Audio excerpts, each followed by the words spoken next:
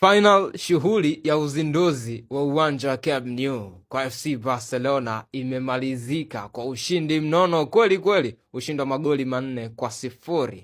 Yes, ilikuwa ni mechi ambayo imewakutanisha Barcelona dhidi ya Athletic Bilbao. Barcelona wanamaliza mchezo huo kwa ushindi wa magoli 4-0, mchezo wa kihistoria kweli kweli, mchezo wa kwanza kwa Hansi Flick kuifundisha FC Barcelona katika uwanja wa Camp Nou.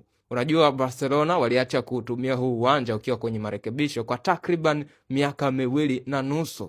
Mechi ya mwisho kucheza katika huu uwanja ilikuwa ni ile mechi dhidi ya Mallorca ambapo Barcelona walifanikiwa kuibuka na ushindi wa magoli 3-0 dhidi ya klabu ya Mallorca. Leo mechi nyingine tena, kwa mara ya kwanza wanarejea katika uwanja wa Camp Nou na kukipiga na Athletic Club. Wanafanikiwa kuibuka na ushindi wa magoli 4-0 dhidi ya Athletic Club. Visca Barça, Visca Catalunya.